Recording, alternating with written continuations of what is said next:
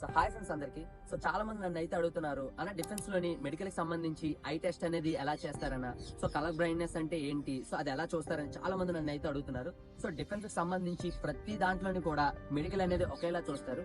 So అది ఎలాగో ఒక 3 స్టెప్స్ లో నేనైతే ఎక్స్ప్లెయిన్ చేస్తాను. సో ఫస్ట్ వన్ ఏంటంటే, మీకు మెల్లకన్ను ఉన్నది లేనిది చెక్ చేస్తారనమాట. సో అది ఎలా చెక్ చేస్తారంటే, జస్ట్ ఒక పెన్ తీసుకొని జస్ట్ అది మీ కళ్ళు ముందు పెట్టి, సో దాన్ని జస్ట్ రైట్ కి, లెఫ్ట్ కి, పైకి, కిందికి జస్ట్ మీ హెడ్ అనేది తిప్పకుండా దాని వైపే చూడమంటారు అనమాట. సో ఒకవేళ మీకు చిన్నది మెల్లకన్ను ఉన్నట్టయినా సరే, సో అందులో తెలిసిపోతుంది అనమాట వాళ్ళకి.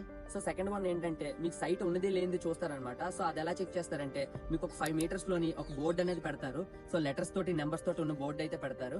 మీకు ఒక వైపు ఐ అనేది క్లోజ్ చేయమంటారు అనమాట. క్లోజ్ చేసి వాళ్ళు ఏదైతే పాయింట్ చేస్తారో అది మీరు చెప్పాల్సి ఉంటుంది. సో 2 కళ్ళకి కూడా చెక్ చేస్తారనమాట. సో థర్డ్ వన్ ఏంటంటే కలర్ బ్లైండ్నెస్.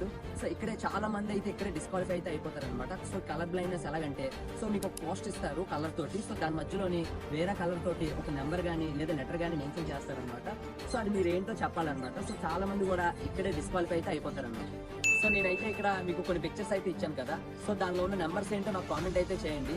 సో దాన్ని బట్టి మీకు కలర్ బ్లైండ్నెస్ ఉన్నది లేనిది అయితే తెలిసిపోతుంది.